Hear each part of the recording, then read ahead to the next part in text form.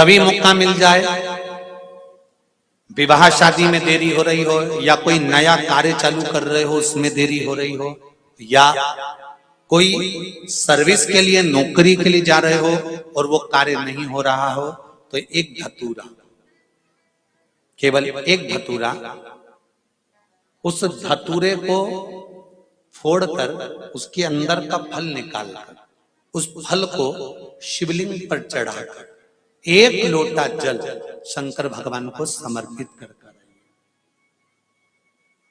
दिन होना चाहिए मंगलवार। कौन सा दिन होना चाहिए? जम के बोलो जरा, मंगलवार। समर्पित करो। उसके बाद में आप विवाह के लिए अगर समर्पित करे हैं तो विवाह में देरी नहीं होगी। व्यवसाय और व्यापार के लिए या नौकरी के लिए समर्पित करे हैं तो उसमें देरी नहीं होगी। प्रभु राम अवध के राजा बनने जा रहे हैं।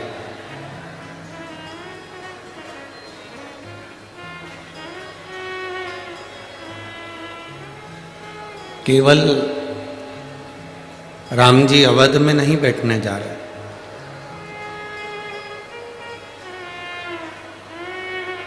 संपूर्ण विश्व में,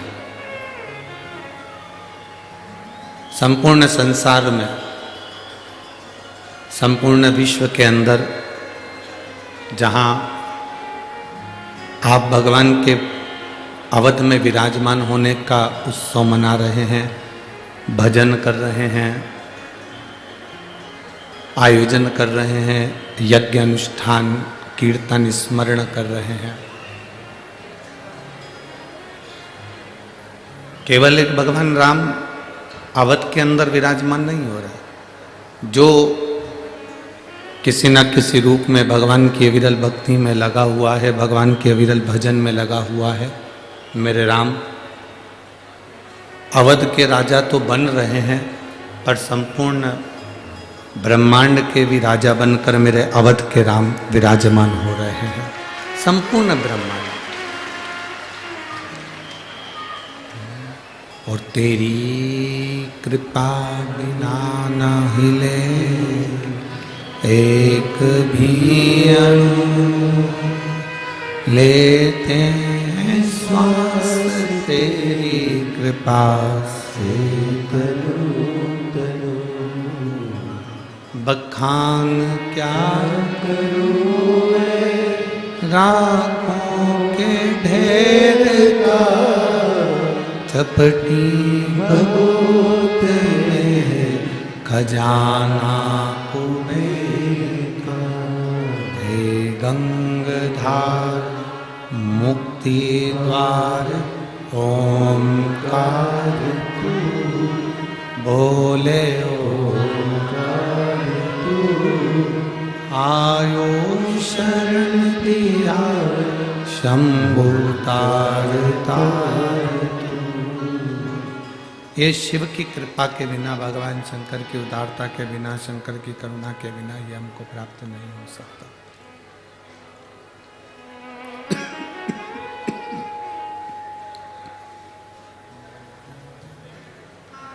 आप अगर गला पकड़ रहा है, आप अगर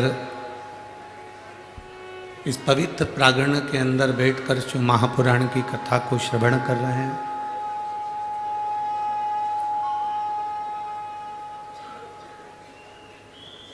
जिस भाव से आप कथा को श्रवण करने के लिए आए हैं, जो तुम्हारे मन की अभिलाषा है, जो तुम्हारी इच्छा है,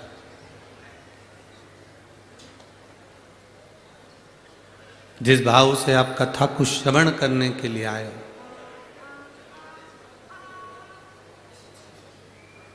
कहते हैं कि राम जी जब अवध के राजा बने,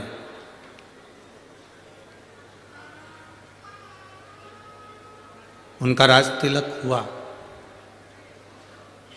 तो माता कौशल्या, माता केकई, माता सुमित्रा जी ने गुरु बाबा से कहा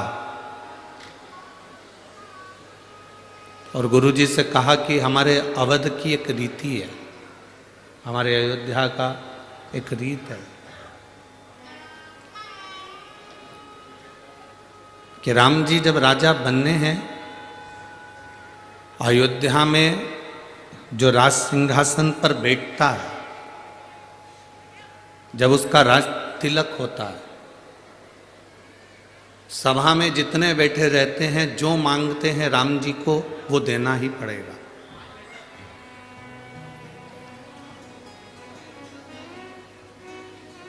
हमारे अयोध्या की एक रीत है, अवध का राजा जो बनेगा, अयोध्या में जो राजा बनकर बैठेंगे, राज तिलक के समय पर जो मांगा जाएगा वो देना पड़ेगा।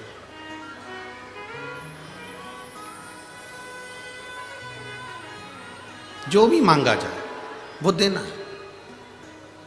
कौशल्या जी ने राम जी से कहा कि तुम्हारे इतनी सारी सभा लगी है, तुम्हारे परिवार के लोग जो तुमसे मांगेंगे वो तुम्हें देना पड़ेगा, वो तुम्हें प्रदान करना पड़ेगा। ठीक है, जिसका जो मन पड़े वो मांगे। अब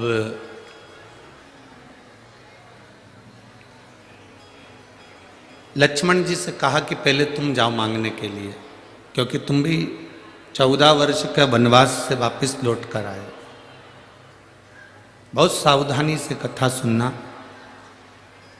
40 गांव में 5 दिन की कथा मिली है।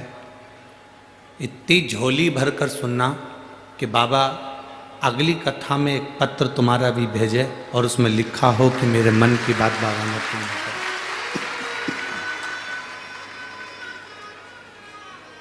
इतने दिल से अगर कथा सुनोगे तो जीवन की एक सार्थकता सिद्ध होगी, एक आनंदता सिद्ध होगी।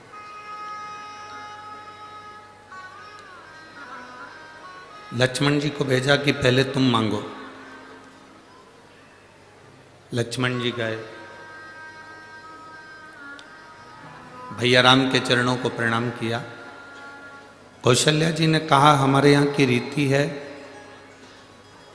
जब राम जी राजा बने हैं, अवध के सिंहासन पर जो बैठेगा उससे जो मांगोगे वो देगा। लक्ष्मण जी ने मांगा कि मुझे भैया राम के चरणारविंद की सेवा चाहिए। राम जी ने सेवा दे दी।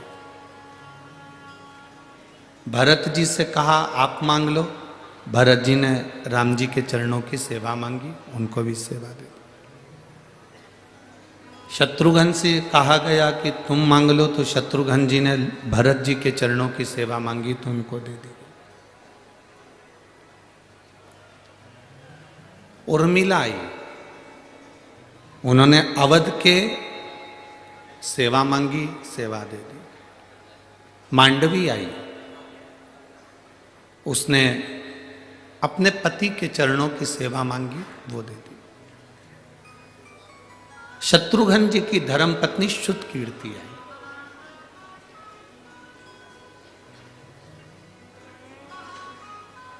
और शुद्ध कीर्ति ने राम जी से कहा कि भैया राम, मैं आपसे जो मांगूंगी आप वो मुझे दे दोगे?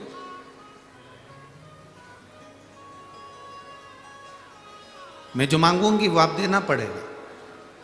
कौशल्या जी ने कहा शुद्धकीर्ति कैसी बात करती हो, यहां जितनों ने मांगा राम जी ने सबको सब कुछ दिया, तो फिर आपको क्यों ना देंगे?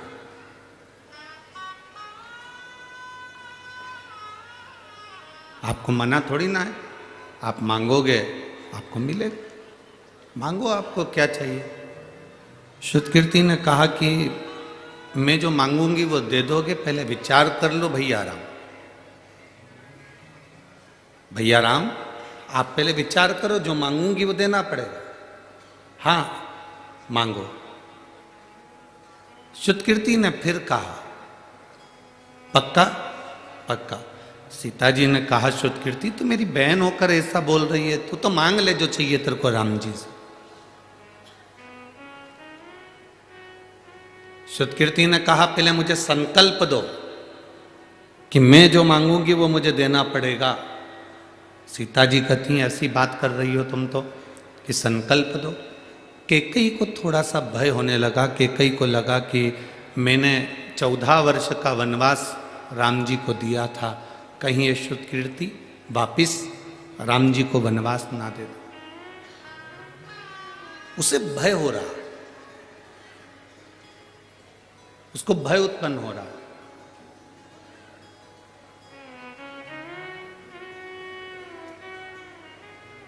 मांगो। भैया राम ने कहा, शुद्ध कीर्ति मैं वचन देता हूं तेरे को, शुद्ध कीर्ति मेरा वचन है तेरे को, मैं तुझे वचन देता हूं कि जो तू मांगेगी मैं तुझे दे दूंगा, मांग ले तुझे क्या चाहिए। शुद्ध कीर्ति कहती है, भैया राम से शुद्ध कीर्ति कह रही है राम जी से कि भैया मुझे केवल